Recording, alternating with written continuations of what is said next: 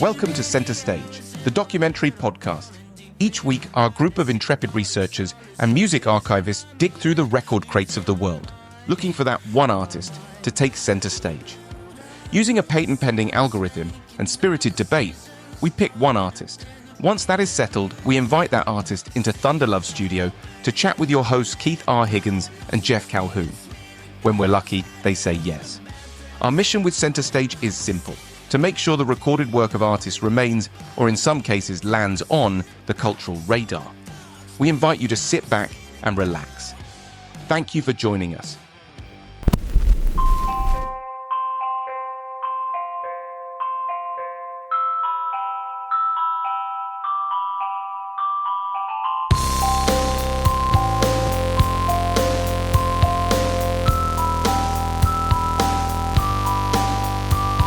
Summer's in your heart, and I know that you're staying, taking a ride, but it feels like we're paying for the madness that occurred with the ticket to good times. Hunter promised this, but he wasn't ready for the first time. Standing with my friends in the bright light, saw you going crazy on the dance floor.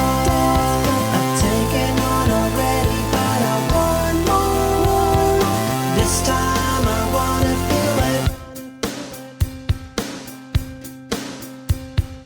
Breakfast in New York, and I know that we're dreaming. Drunken conversations and the things we were scheming together. The half-life of a good band is decades. For a great band, even longer. And Oppenheimer is a great band. The duo's 3 albums helped shape a genre and define a specific sound. Dialing in from Belfast, Ireland, we were lucky to have Oppenheimer's Rocky O'Reilly in Thunderlove Studio to talk about the albums, the band's career, and their legendary sound man. Here's our conversation with Rocky. I've moved studios a couple of weeks ago, so I've built a mix room in my house. So this is one of the very first few times I've been chatting from it. I feel lucky. We feel lucky. You have a separate board for mixing? You got a separate room for tracking and mixing?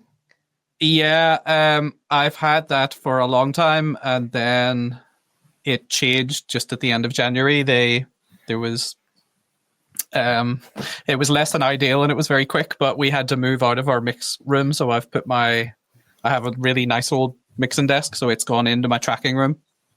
And I've built this little mix synth dreamland at home so that I can just keep writing and playing on stuff and working on things as and when. And it's been really nice. Actually, it's quite liberating. Good. Well, Rocky O'Reilly, welcome to Center Stage. Thank you for taking the time to do this with us. Thanks for asking me. Yeah. I'm going to go right out of the gate with the question I think a lot of people are going to wonder about, and that's the name of the band. Okay. Because a lot of people are going to think, oh, Oppenheimer. It's named after, well, now the movie, but it was named after the nuclear physicist. And if I understand correctly, not the case? Neither. Like most of the things we've ever done, no good reasoning behind it. Just we were just really taken with a lot of kind of synth music and krautrock and lots of kind of electronica from Europe, and we just liked the sound of the word. It was as simple as that. And I think at that point, a lot of bands, especially over here in Ireland and the UK, were called the something. So we just wanted one word, and we wanted it to feel, just like a bit of an escape from Belfast, I guess, and then. Yeah, obviously the scientist and now the movie have popped us back up in a lot of people's minds. Oh, good. It's actually worked to your advantage. It has. That's awesome. I want to ask you about one thing I read about a venue in Brooklyn, New York. I read an interview. You said your favorite venue to play was Union Hall in Brooklyn. Yeah. I also love that venue. What do you love about it? It's just so it's so tight and intimate.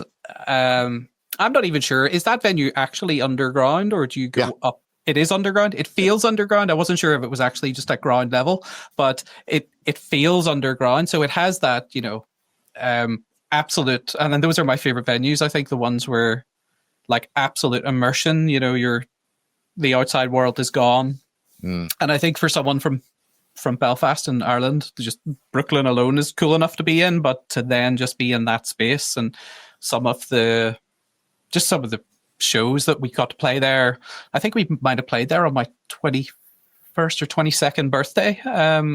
So which was maybe our second ever gig in the States, or third ever gig in the States, which was an incredible experience. And we just seemed to have some real pivotal moments in that room as well. And, we loved the booker at the time, who seemed to put us on every 5 minutes. Every time we passed back through New York, he'd let us come and play, and let us play with some of our favorite bands in there as well. I think we got to support a camp in that venue, which do you know that act, Nina from the Cardigans?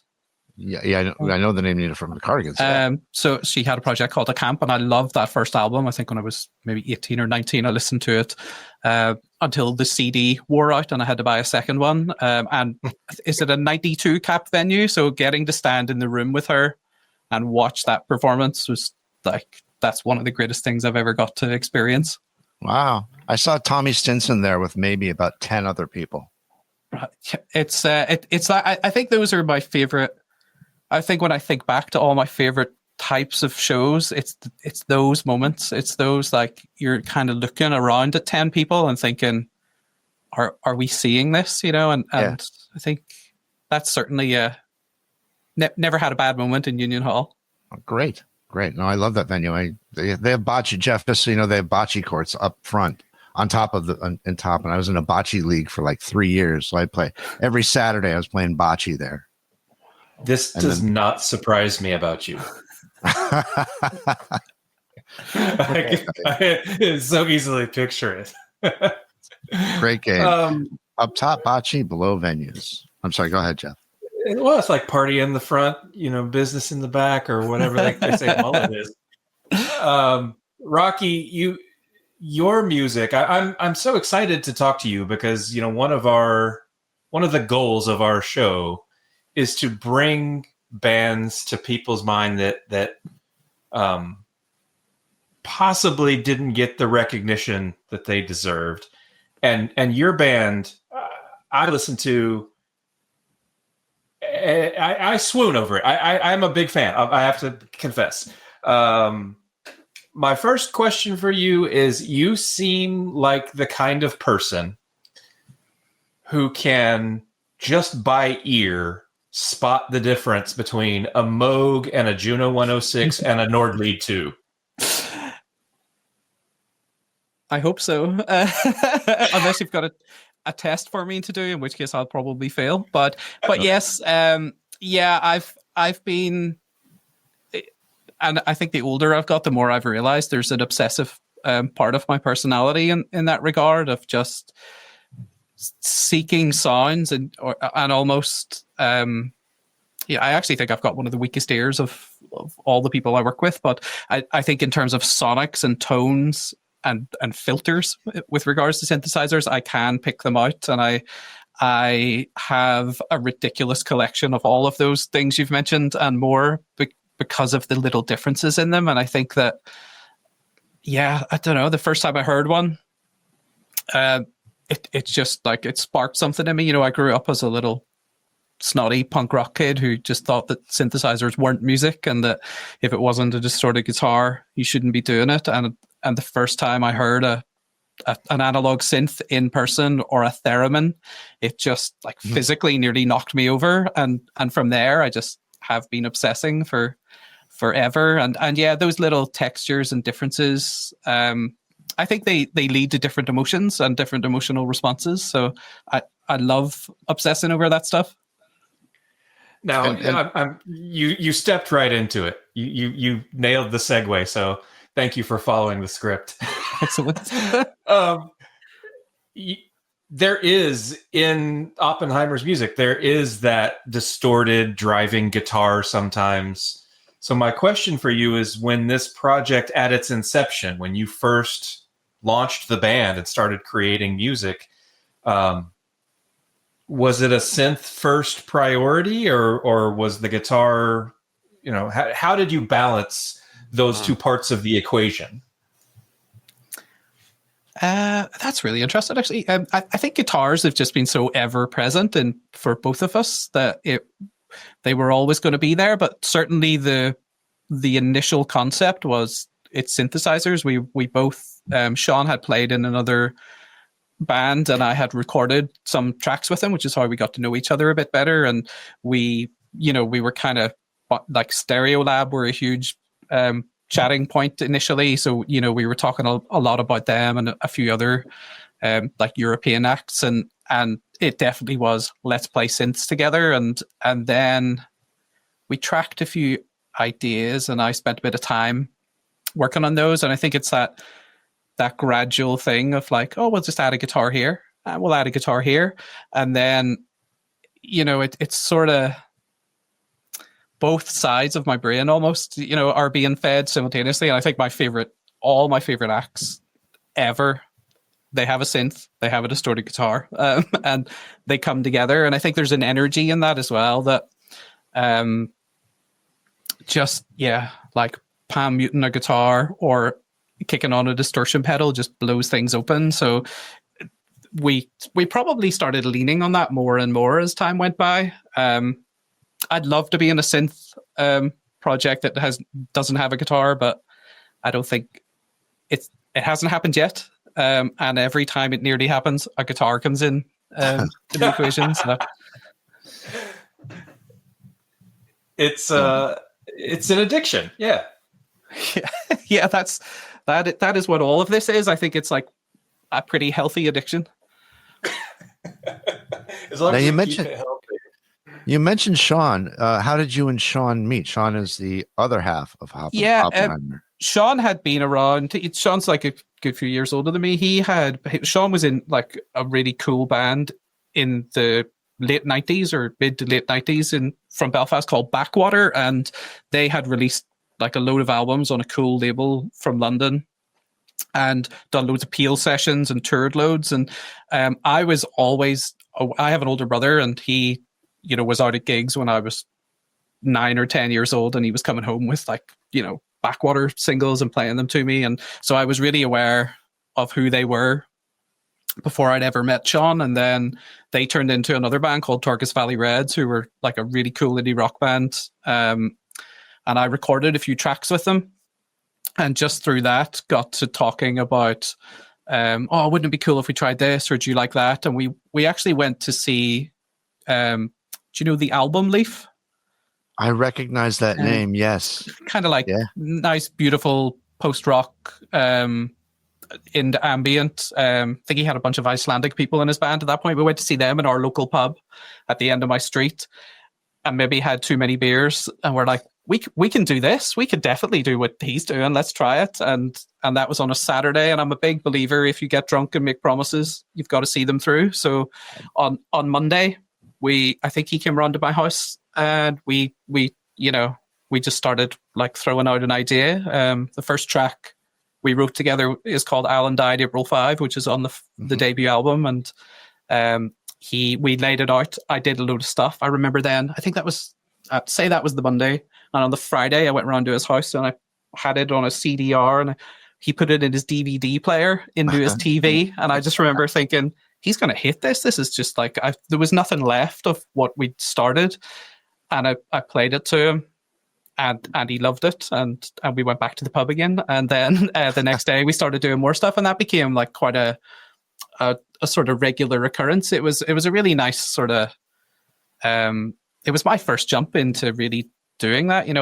I'd come through as a live sound engineer and I'd been around a lot of musicians, but I wasn't confident enough to play someone my ideas at that point. So it was this brilliant sort of growing up for me, where all of a sudden someone liked my ideas and they had better ideas to add to my ideas, and we had this collaborative thing. I think a lot of I've worked since before then and since then with so many artists making albums, and quite a lot of the time there's like collaborative problems where people don't click or they have different stylistic ideas. And I just felt so lucky with Oppenheimer that Shaun and I's favorite and best times were in the studio alone making music. That was like the greatest feeling and experience I think I've ever had.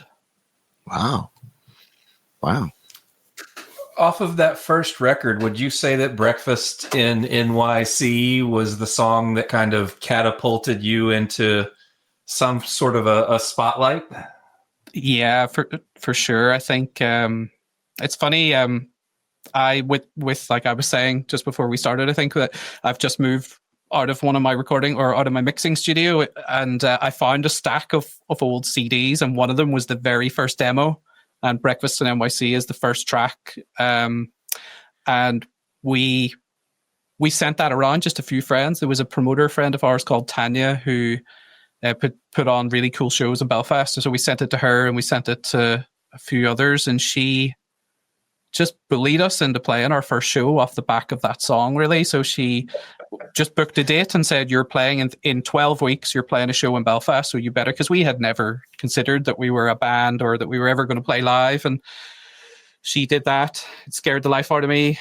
As I said, I never really considered myself to be a musician. So the thought of standing on a stage, I'd way rather be backstage or under the stage than on it. And through that, it was a total buzz, just like actually the reaction. We also ended up, there's like a musicians' rights organization in Ireland called IMRO who collect royalties and they do lots of international work. They also put us on their showcase off the back of that song. And then I took that 3-track CD and sent it to like my 10 favorite record labels. And Bar None were one of those labels. And I don't know if Mark has told this story, and it has stuck with me forever. So they had an intern for the summer, and they gave him a big box of CDs, and he picked us out and went, I hate this, but I think you guys will love this. And it was,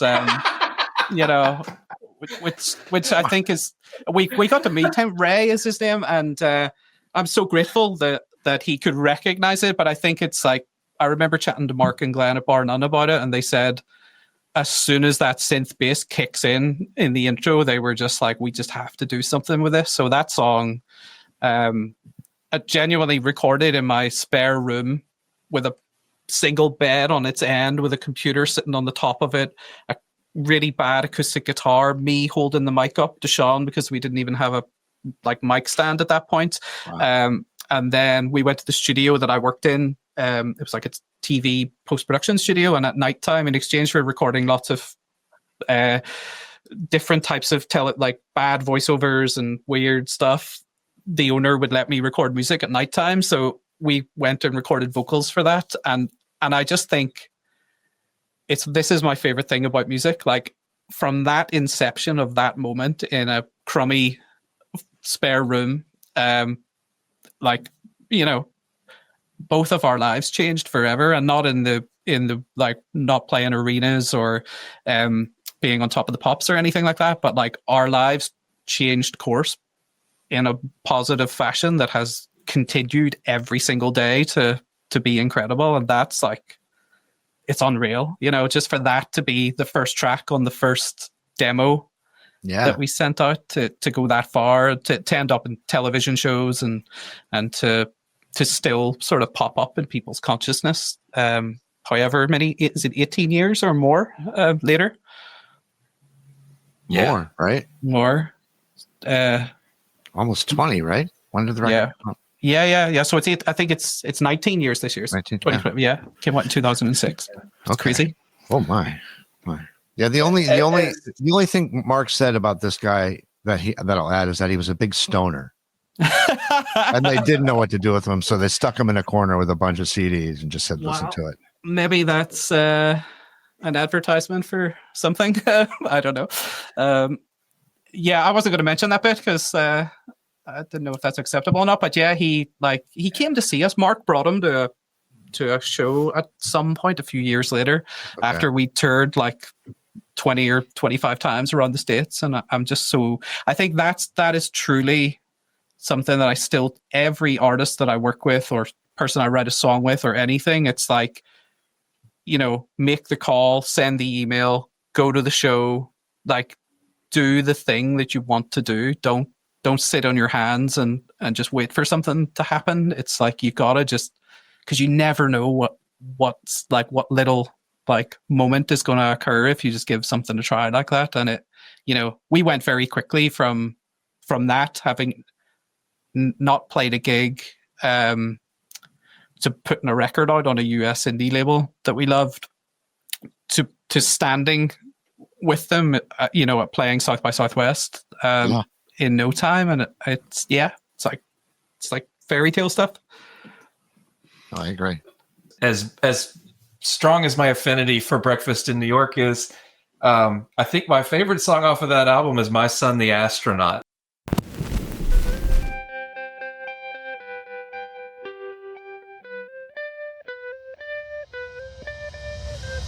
Only when your heart is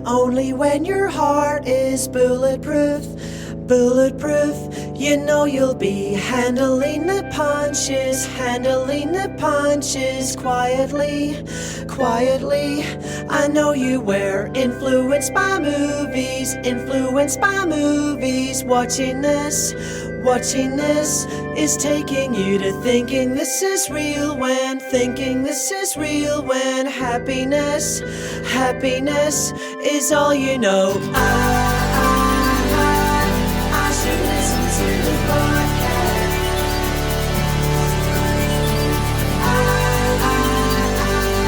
I should listen to the podcast. Isolation makes this incomplete. I believe in desperation when you. I remember that song started with the guitar melody that starts the song, and then the vocal comes off the guitar melody. I wrote that in another spare room somewhere in less than ideal circumstances, and it was in a little pile of like ideas that I had, and it was the second track on that demo EP that I'm talking about. And I remember we sort of messed around with the music for a few days, and it was all really cool, and I was loving it. And then Shaun went away. He at the time, Shaun was a school teacher in County Down, which like down about maybe 35 miles from Belfast. Every day he would drive down and drive home, and he would write a lot of lyrics and vocals in the car journey. And he called me, was like, I've got it.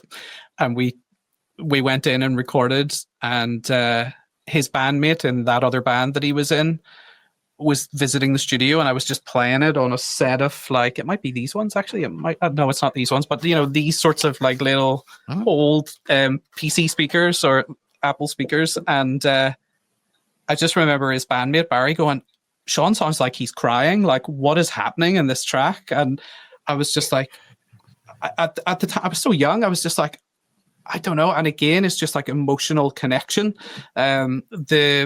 We triple tracked his vocal, and that's when I realized that like he's so talented, and there's something so special about the way he sings. He's like an angel.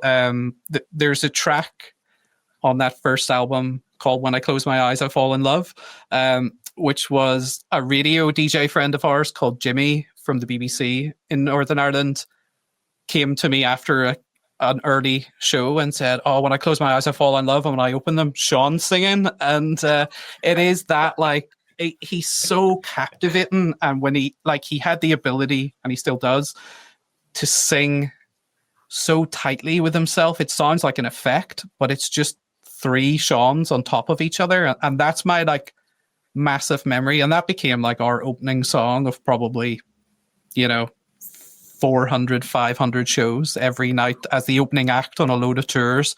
That's what we started with, because it's cool. And then when it kicks into that first chorus, it's so rewarding. And it was named after, I think Shaun named it after a random line in a Spider-Man movie or something. Like, it was just such a nothing little like one-liner, My Son the Astronaut. But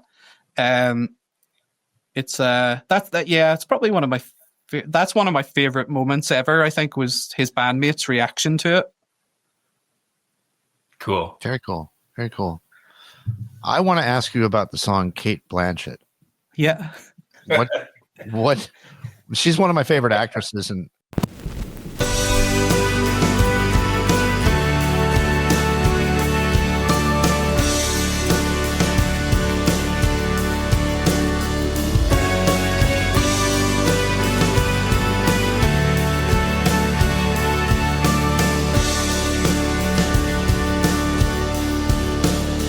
There were signs for some gas, food, and lodging. I was dealing with questions I was dodging.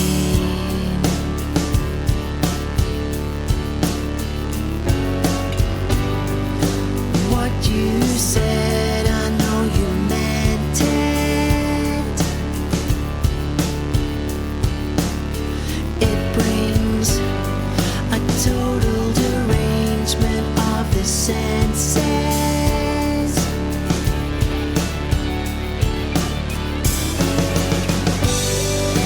Making some calls in the crowded rooms in the halls we ain't allowed to leave.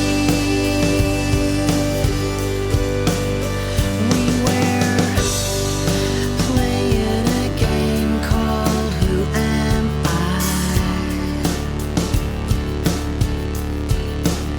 You know, in between wars we live and let die. That's a total Shaun song. Actually, I think I write the synth melody in that chorus. We recorded that. We toured with a band called Mosquitoes, who were also on Bar None. There were like Juju, the singer, is Brazilian, and Chris, her husband, I think is from Philadelphia, maybe somewhere around there. So it was like kind of indie pop bossa nova. It was our second tour of the States, and it was second tour. We did our first tour, which was 4 weeks long, and we went home for a week, and then they asked us to come out with them for 7 weeks. And Shaun met his wife during that tour. She was in the band. So that it's so weird. I wonder what you think about when you listen to that song, but my visual image of that is Mosquitoes tour van, and this story is just unfolding in the tour van, and it was chaos at times. Like that was such a bonkers tour. They were actually one of the bands that I'd fallen in love with their record, Sunshine Barato. I went to. I love a good chat, by the way, so you're really going to get all the details. great.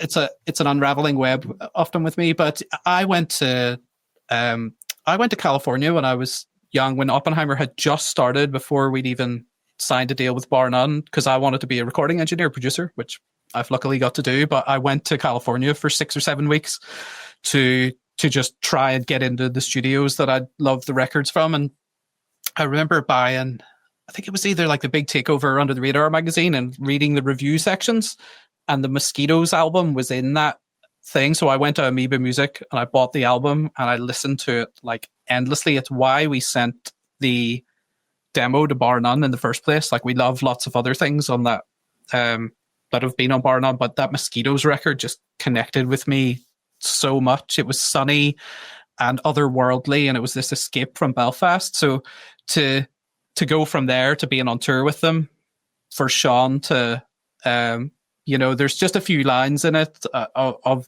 just the chaos that was happening, and I think that was possibly Mosquitoes' last tour, and I'm not sure that they properly made it to the end of the tour.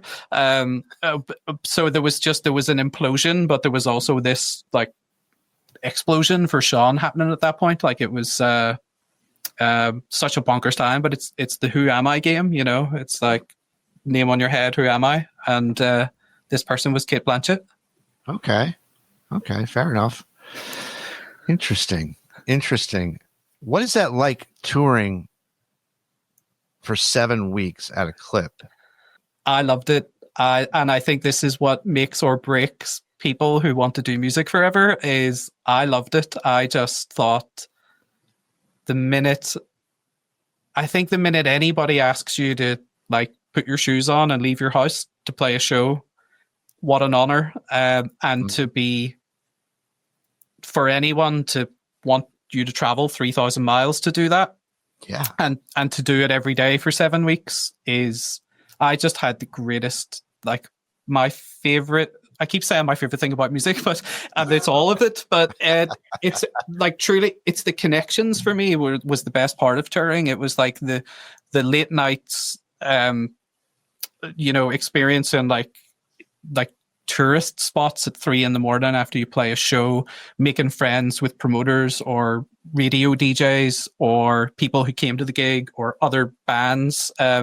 Like I have a wonderful network of friends all across North America because, either we slept on their sofa or they put our band on or we played at their radio station. And that was magical for me. So every single day was a new opportunity to, one, see something you probably haven't seen, and in a way that not very many people get to experience it.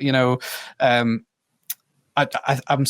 love traveling. It sort of keeps me happy and excited, and to be asked to travel, and for people to, whether that's buying your dinner, buying your record, paying you a show fee, letting you sleep in their house. It's just such a fantastic thing. So this 7-week tour for me, it kind of got to the point quickly for me where if it wasn't 4 weeks, I didn't consider it to be a tour. I considered it to be a few shows. So we did that first year. I think we did like maybe 16, 17 weeks of touring. And then the next year is when it got serious and we actually like really started, we did some, I think we did one from September to December in North America. And, when you leave Belfast, it looks one way. And when you come back, it's like there's a brand new like shopping center or another street has been added. And that I thought that was another great thing to like, because for me, it's about perspectives. And it's like, if you travel in a van across any country and there's this bubble within that van and the relationships within it, but your view, you're getting a little window to the world, and it changes. I think it's especially important, to leave your country and to see other countries in the world. I think that's so important and something historically in Northern Ireland that I think many people have never done, and it would help immensely if they could see those other perspectives. Because if you're in outside a restaurant in a small town in Montana at 9 o'clock at night and you're begging with them to make you grilled cheese before they close up, like you're so far away from the inner workings of your country at that moment. And I think that was it for me. It just renewed. Every day was like a new adventure, a chance to meet people, play songs for people, buy musical instruments, or just see another city. It's like another like little dot on the roadmap. It's so cool. I don't think I ever want to tour again. But I've for those like 7 years of that and a few other things, because I pretty much had been touring with bands from I was like 16. So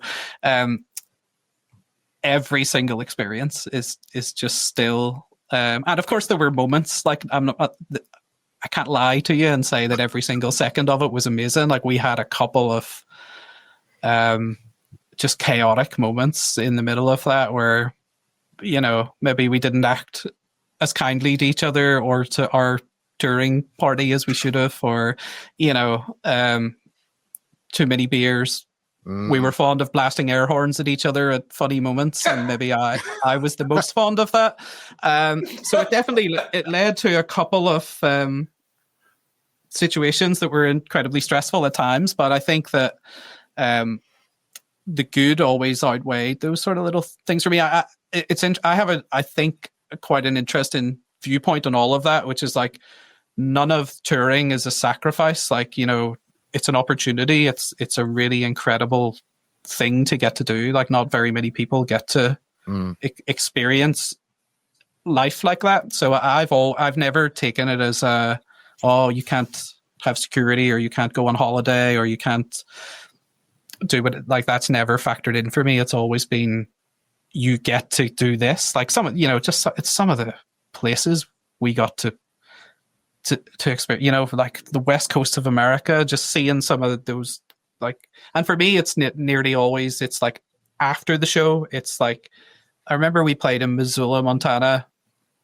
and it was in the university, and we went to a diner, Shaun and I, and we drove up to the diner, and as we were driving, like maybe 60 deer just shot across the road in front of us. I've never seen the like of it in my life, and it was just like no one else has experienced. I'm sure someone's experienced very similar, but right in that moment, it was just like, this is happening, and it's those, like, I have thousands of those little memories. So, I'm always just searching for a new adventure.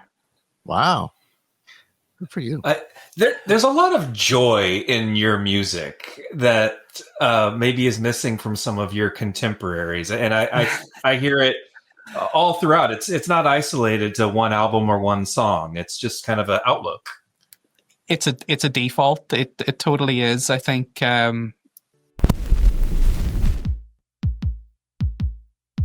Hearts don't listen, even when we need them.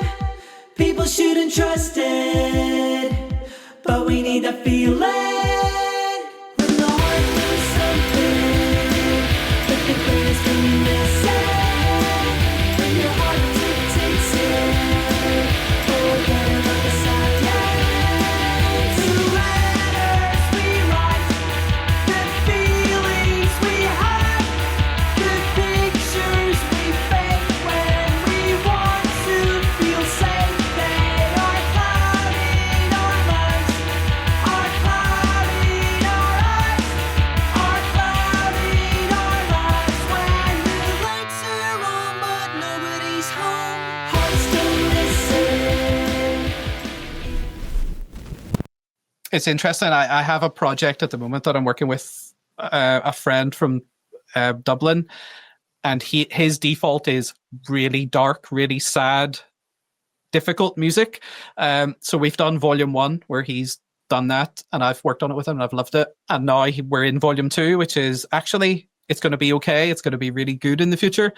And he's called me at the weekend and said, I've got no ideas for this project. And I'm like, this is my time to shine. This is like, by default, when I sit down and start just where my hands fall on a synth, it's happy. It's major key. It's optimism and it's hope. And I think that that definitely shines through.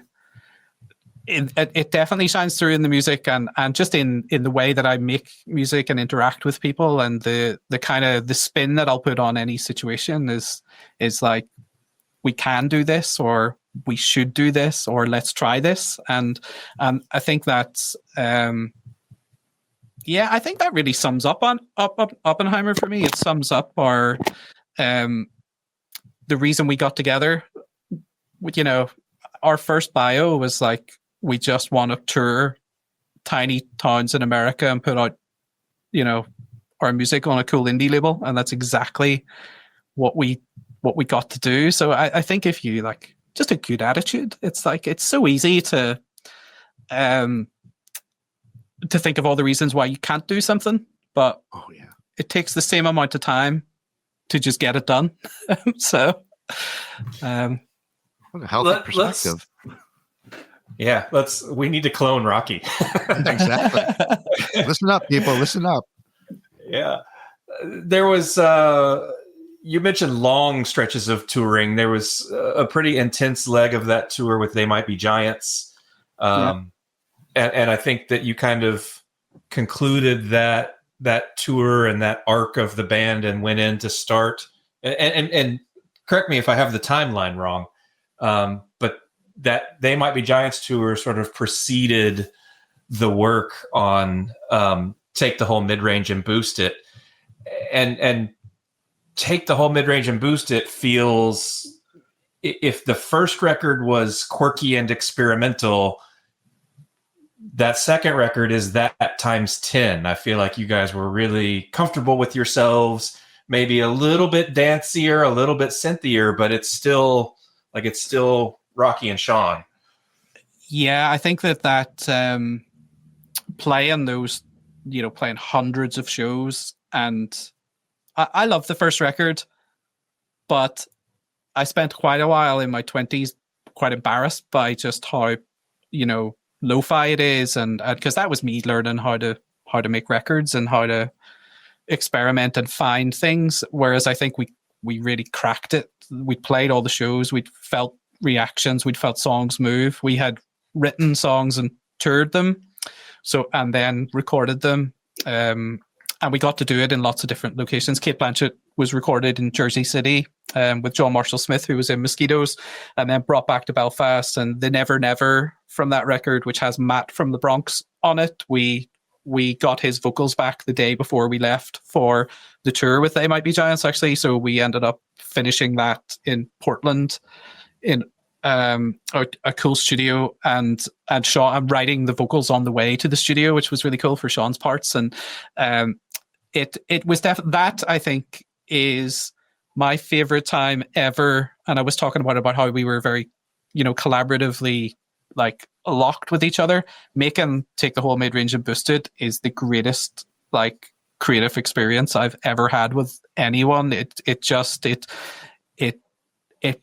was just flying out of us. We had actually started and pretty much finished it before the first tour with They Might Be Giants. They had it's funny you asked about the name Oppenheimer as well. It was we played a show in Dublin, and a friend of They Might Be Giants' manager had seen the show and sent a photo to him, and he just finished reading the Oppenheimer biography, and he was like, "Oh, that's interesting. They're called Oppenheimer.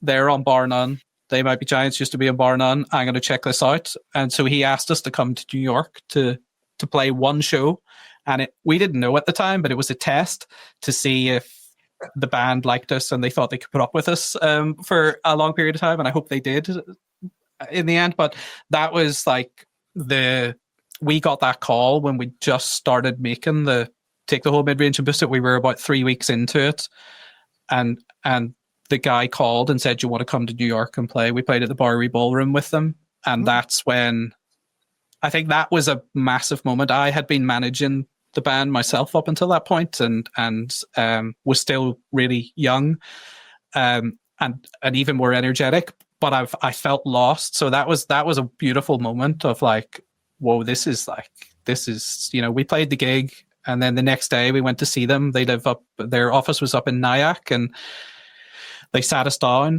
and said, "Well, we can offer you this show." And it was like, I can't remember how many dates it was, but it was everywhere. And that, all of that. So we would do like 5 to 6 days in the studio, and then we'd like go to Scotland and play a festival and come back again the next day and go back into recording. It's where my studio is now, in a place called the OEM Music Centre in Belfast, which is like a really cool 3-story warehouse hub. It has a venue, a music exhibition. It teaches kids how to be promoters. It has a music college in there. There's managers, guitar techs, festivals, and there's a little studio tucked away that was built in the 1970s. And we took a lease on that studio for 3 months to make Take the Whole Mid-Range and Boost It.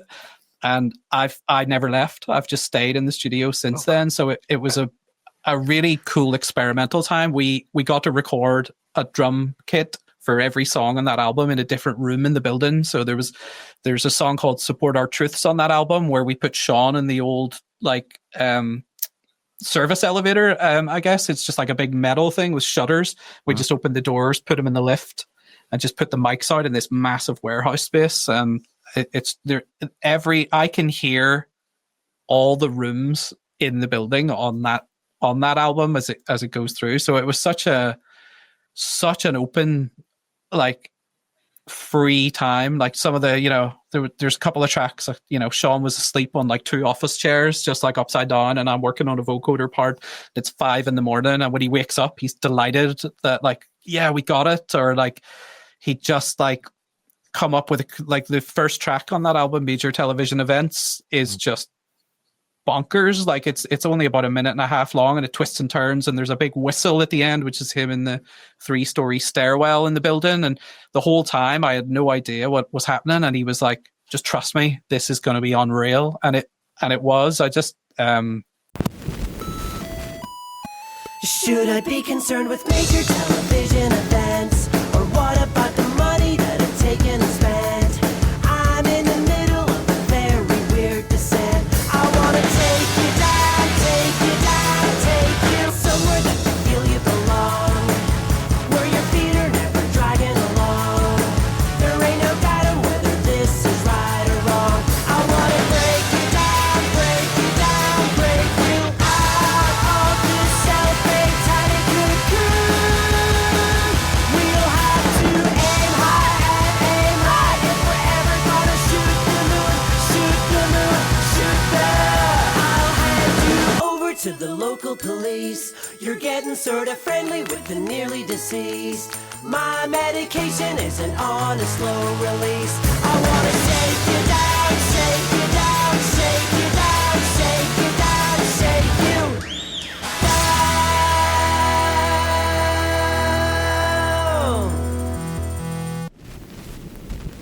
you know, and that was like such a big moment for me as well, because it was like, right, I'm gonna open a studio. I'm just gonna do it. And I used to look up to, you know, and I still do, like, but at that point, you know, I was looking up to like Larry, who runs Shackpot in Portland, or Steve Albini, or like the Discord studios in DC, and looking at them and going, wow, those guys have been open for like 5, 10, 15 years. Right. Like what, they're like real studios. And now I think I'm hitting 18 years this year with Start Together being open. And that's the moment, like that is, I can pinpoint it all to making that record. It was just such a creatively rewarding experience, and to get that, it was funny hearing you say that thing about like, you know, I can't remember how you put it, but like, you know, maybe not like fulfilling our sort of ability, or like people not clicking or us not doing enough, but like getting, I think that's something I talk a lot about to artists, is like getting to make that album is like, we're so lucky that happened and that it felt the way it did. And I often say that sometimes because the music industry can be unfair to artists sometimes, I think, and that I've been friends with a lot of people who've made some incredible records and they've never got released, or they haven't sort of got the rewards that I thought they deserved. But nothing can ever take that incredible experience away of like making the record and being in the room. So it's such an important part of kind of the foundations of who I've become as a proper growing up. Vastly overrated, by the way. Wildly overrated. Wildly overrated. Don't I know it? Yeah, I'm effectively just hiding. Peter Pan syndrome all day long, for sure. I would love to hear a little bit about the Blue Rose. That's interesting. Why? Well, I'm glad you asked why. I think today in 2025, we can contextualize a lot of the sounds that we hear you play with in the soundscape. I think that there are some people that would listen to it and say that's chiptune, or you know, whatever's happening with. There's a really cool band from Chicago called I Fight Dragons. And they come out and they've got a guitar and they've got a bass and they've got a guy playing a Nintendo Game Boy. And you're like, hang on, that doesn't quite fit. And it's plugged into a synth and it's, you know, very, very intricately synced. You're looking outside of their traditional instrumentation to find your sounds, I think, in that song specifically. Yeah, that's so cool. Thank you.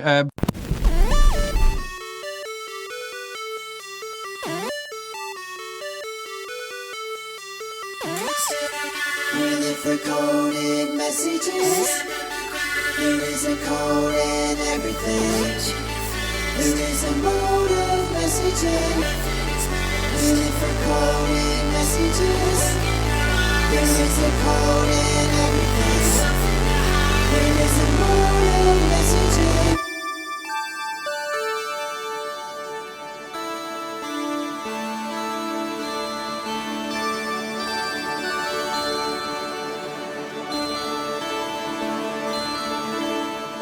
see roses shine into the turned up the bells you told and told to expose.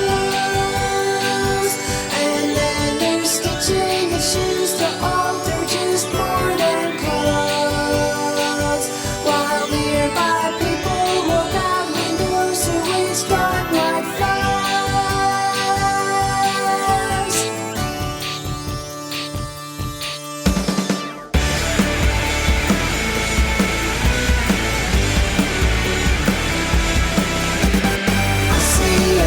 I see roses shine.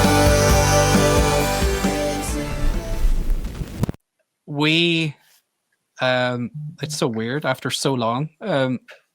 That song nearly didn't make the record, and many people in our sort of wider team didn't want it to be on the record for that very reason. They were like, Really? we don't, you know, there were 3 other songs that didn't make the record that, and people wanted those on.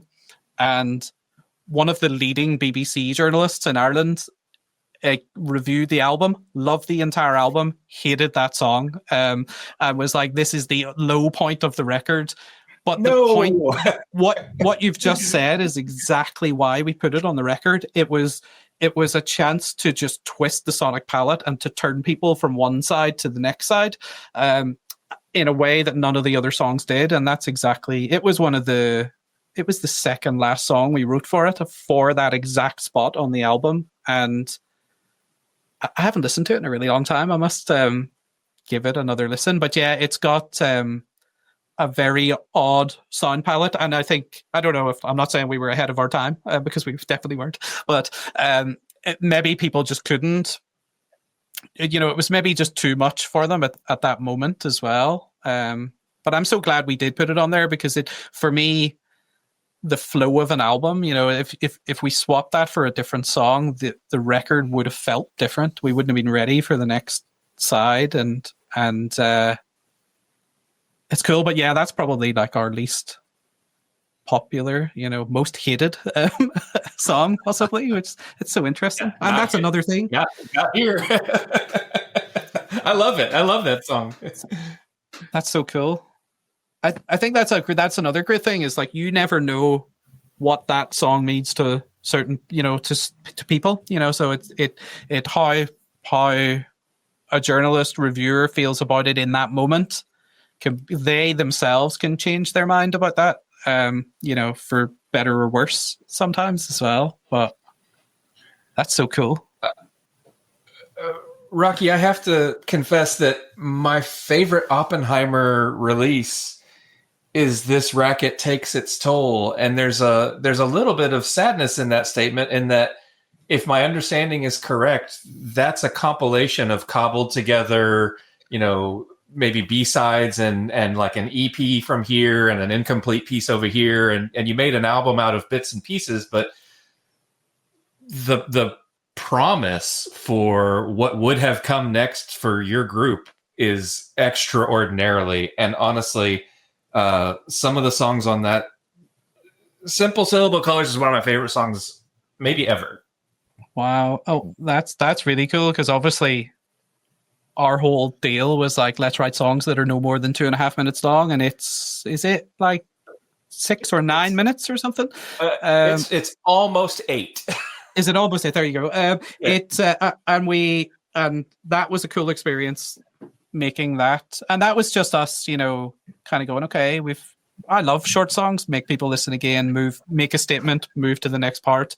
But that one, obviously I love kind of longer form post-rock music, or like sort of into prog or experimental guitar music as well. So it's but I must say, most of it came from Shaun. Shaun had the concept again, and we recorded that. We started that in Belfast and finished it.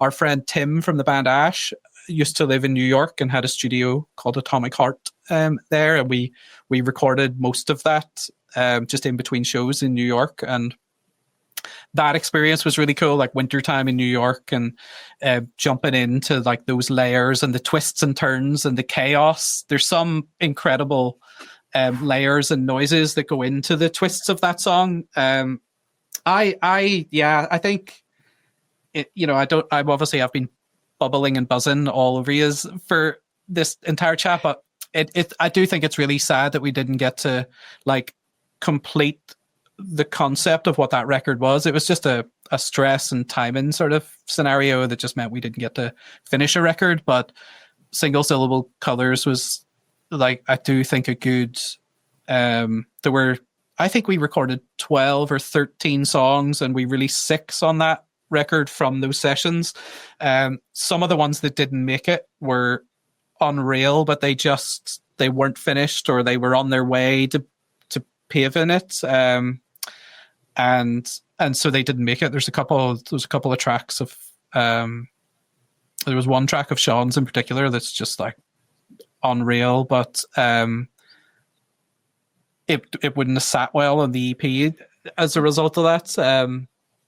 So yeah, I think that's the other thing is like bands break up, lives change, things move, things get tricky. You succumb to stresses at times, and that's, I think it's true of every kind of avenue of life, but it happened to us at that moment. And I think that I'm really glad we got to actually put some of those tracks out there, because it was like a nice bit of like, here's where we started and here's where we stopped.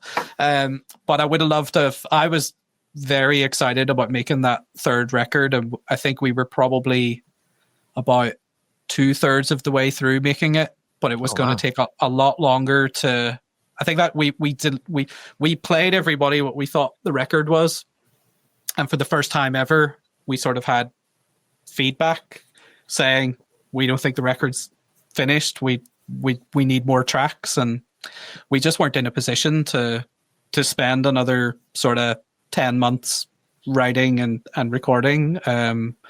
Just sort of real life had bounced up and got in the way a little bit. So it just meant that we couldn't dedicate ourselves. And if you haven't realized already from my personality in this chat, is like, I'm everything or nothing. So it's like, it's do it all day, every day, or else like do something else. So that was the moment where we'd done a load of cool shows around Ireland supporting a band called Bell X1, who are like big numbers in Ireland. We were sort of playing Dublin to like 2,000 people, and just over the course of that week we just started chatting about like, does this feel the way we thought it should feel? Are you having fun? Is this like, is this what we want to be doing? And we just sort of made the call that we, Shaun had moved to New York at that point, so we just sort of made the call and went, just go back to New York and I'll just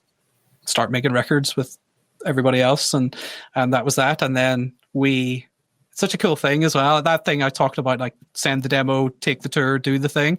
Right. We had that chat and we were like, right, okay, this is cool. This feels okay. We'll do our last few shows. We'll say goodbye to everybody. We'll thank everybody. And then that was in the music center where my studio is. And we had the chat outside the toilets on the sofa in the little corridor. It was really glamorous. And then we walked into the main venue, and the band Snow Patrol had announced like a massive hometown show for the following summer. Like, I think it was the biggest show in the history of Northern Ireland. Like, it was however many thousand people. And this Gary, the singer, was like, I want you guys to open the show. I was like, thanks. And then like I went to see them that night. They were playing in Belfast, and I just chatted to Nathan, who plays guitar for them. I was just like, listen, thanks so much for that, but we can't play that show. And it was like, that's one of those moments of like, I wonder what would have happened if we had been offered that show like 30 minutes earlier. Would it have like, and I think sometimes being in an indie pop band or an indie rock band, you're living moment to moment. It's like, I remember we played at just one of the most surreal gigs I've ever been involved with, on St. Patrick's night in the Viper Room on Sunset, and we were supporting was it Boom Bip, Griff Reese from Super Furry Animals, Is that what that was called? It was like a concept album about DeLorean cars, and which were built in Belfast as well. So it was a really weird St. Patrick's night. The DeLoreans were outside. We had one of the worst shows of our lives. We got in a massive argument with our front of house sound guy, who was like my mentor from Belfast that we toured with forever.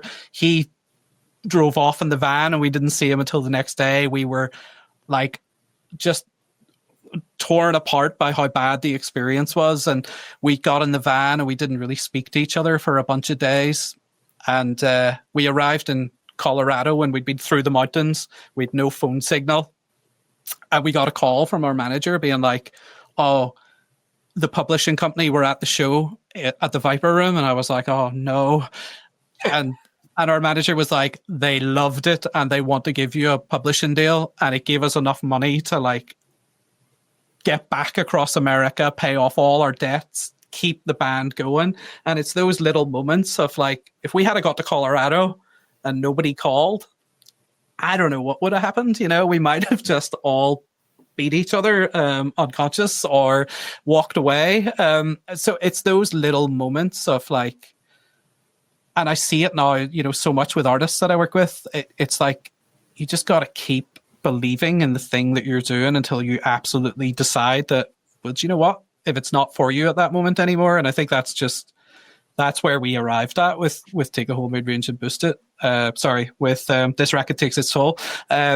It was just like, it just doesn't feel like the best thing to do to continue right at this moment. But I'm glad we got to pull those songs together, and the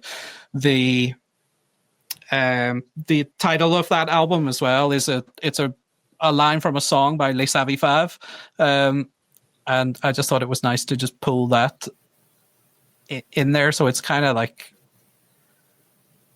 it just works on multiple levels. I think I used to get really sad when bands split up. I used to be like, so there's a band, I don't know if you remember a band from Chicago called the Like Young, who were around 2006 or before that, because they were a huge influence on me. We played with them in 2006, and by the time we got back to New York, they'd split up. And I remember just being so sad. And then after I toured for like 2 years, I was like, yeah, it's like nothing takes it away. Nothing takes their records away, takes the tours away, takes those experiences. Like they live in the sort of minds and the experiences of the people who got to be them. So that sort of keeps me happy. Sure. You mentioned your sound guy. Is this the guy who worked with Thin Lizzy? Yeah, he was around in those days. He actually, I saw him. He helped me move I have this massive old mixing desk, so he was helping me like unscrew 300 screws from that, and he was going, oh, Phil Lynott still owes me £15 for whatever, and I'm just like, this. I hear this story every time I see him, and he came from like he's like, he must be pushing like 70 at this point, and he has been mixing bands from he was 15, and through that sort of era. I've been talking a lot about him actually recently, because that era and the behaviors and the aggression and intensity that was there is thankfully not a part of most modern touring these days, because it was brilliant and amazing. I'm so grateful for him. He put a lot out for my band as well. Like, he not only trained me how to mix shows, he paid for our trip to New York to play with They Might Be Giants as a tester. When we didn't have money in our account, he didn't get paid for a year until we got our publishing deal.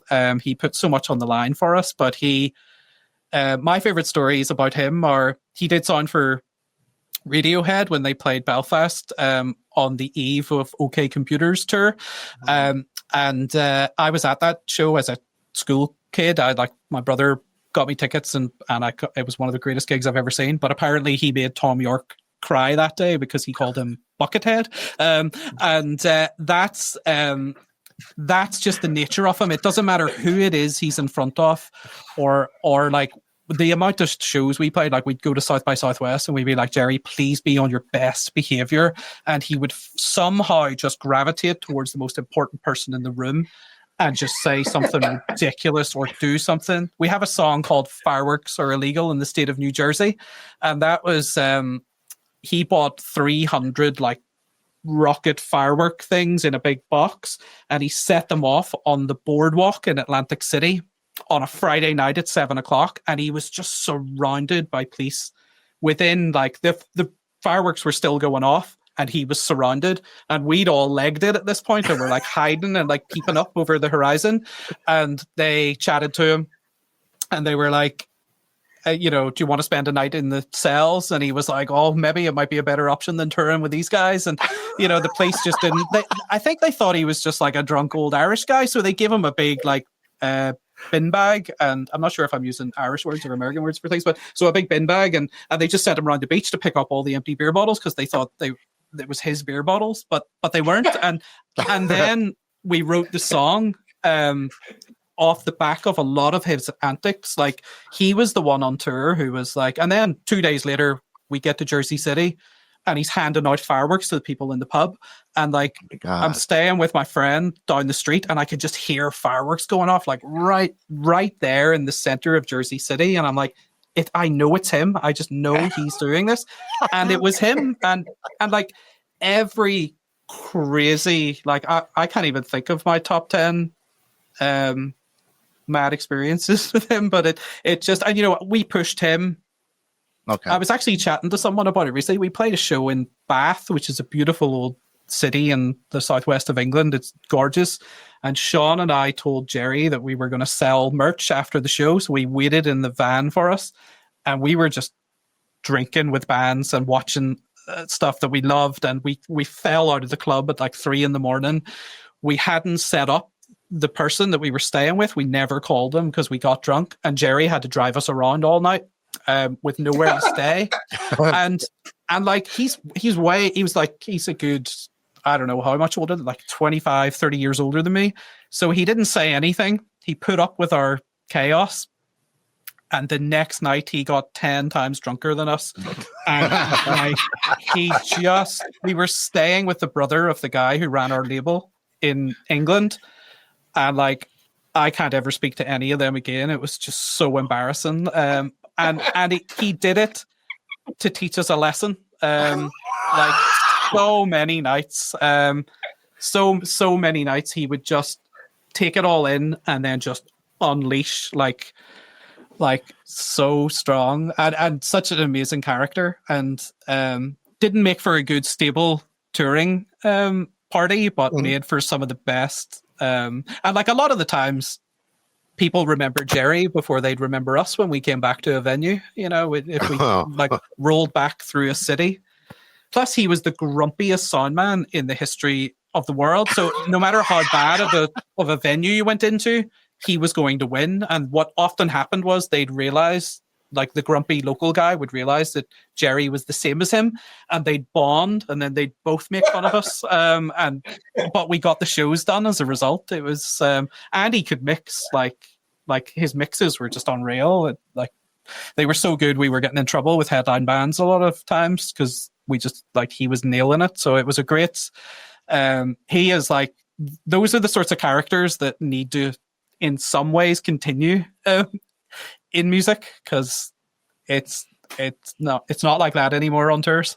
No, I would imagine. He's still around then? He's still around. He's at large, but he's he hasn't made a band cry in a good few years that you know of. That I know of. But sometimes if I'm like, say I'm in the studio and there's a band from Ireland in, he might come up in conversation and they'll be like, he told me I couldn't play drums, or he told me my drums sounded like this, or he did this to me. And I'm just like, he's still doing it. It's just like, he's still giving a piece of himself to music. It's amazing. He just doesn't care what anybody thinks. God bless him. Strong. God bless him. Rocky, are you, do you have a dialogue with Shaun? Are you in touch? Yeah, here and there. I'd ask him about this, and he just is he's not as like immersed in music as I am these days. I've been it's interesting as well. I can't really speak on his behalf, but it feels like Oppenheimer was like the start of everything for me, just at like the start of my journey, and I've just sort of been becoming more and more relentless, and I don't think it's quite the same for him. So it's kind of, that was then for him, and now he's doing what he does. So it's but yeah, we actually bumped into each other because he lives in New York, but we bumped into each other in our local supermarket in Belfast a couple of years ago before I was going to New York for the summer. And we sort of chat back and forth as and when stuff pops up, or like one of us will be like, we'll remember something very small and we'll message the other person and go, where was this? Did this happen? Was this a real thing? And we'll try and figure out what city we were in, or what moment it was, or where we were. And we've done a few. We did one, it was a good few years ago now, but we did like a kind of retrospective thing for the BBC in Ireland, where Shaun was in New York and I was in Belfast, and they hooked us up on radio, and we did like a radio thing that was really cool. And they played lots of session tracks from different festivals around the UK that we'd done, which was really cool. But we always had said, it's like, never go back. There's a Simpsons quote about like forwards not backwards, upwards not forwards, and it's like, it's that for us is like, don't go back, like go do something new, or like make way. I'm a big believer in that as well. It's like, make way for new artists. I've sort of jumped the gun here and I'm just chopping off are we ever going to do it again?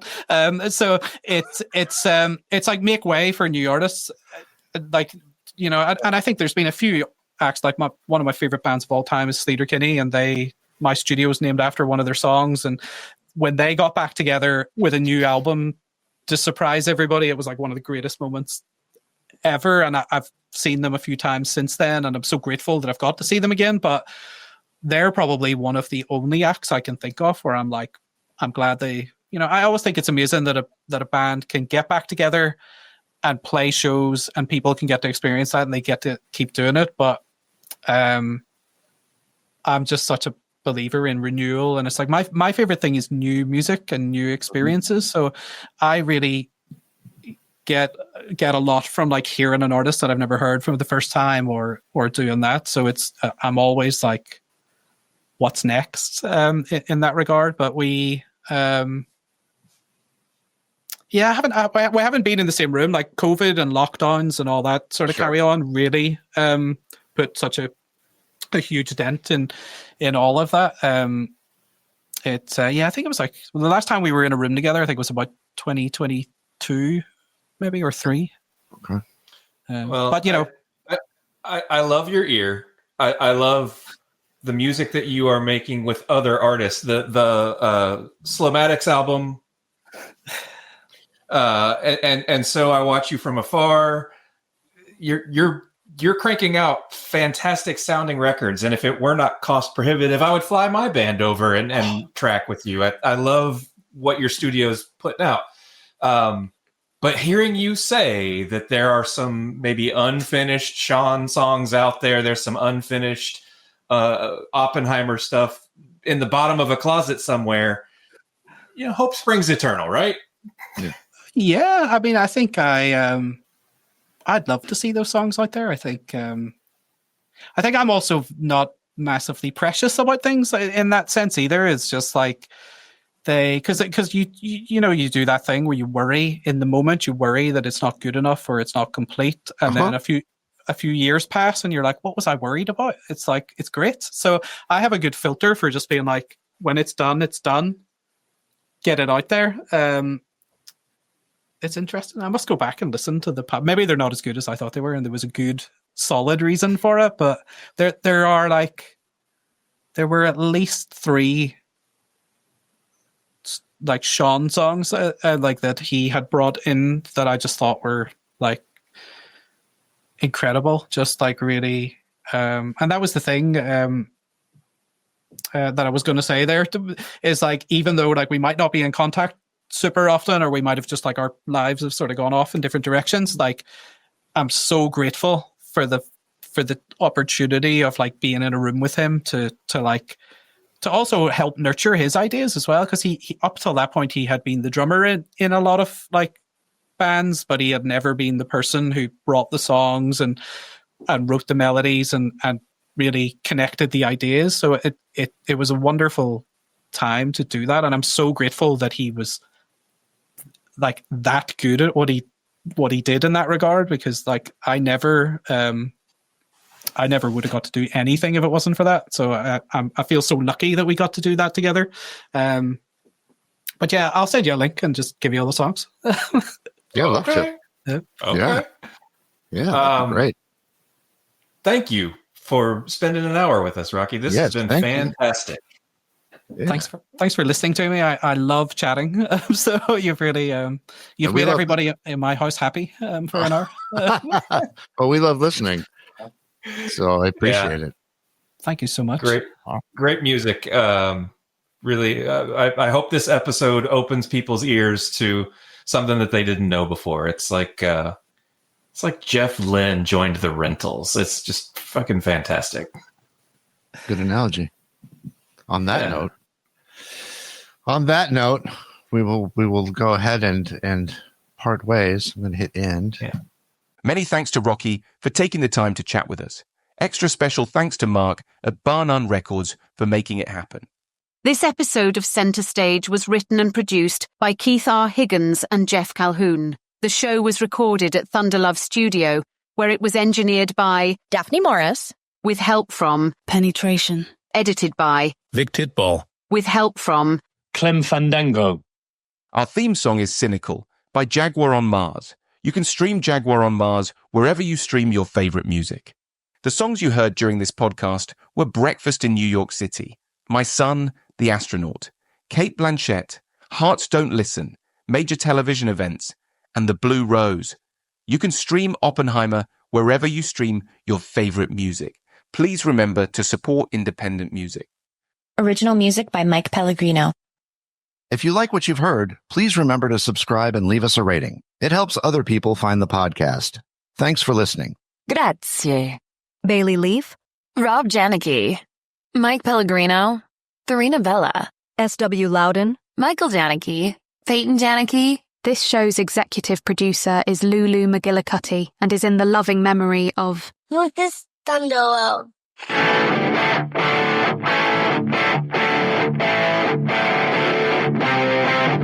And now, until we meet again next time, I remain as always, obediently yours. Abandoned Albums is a production of Paw Print Media.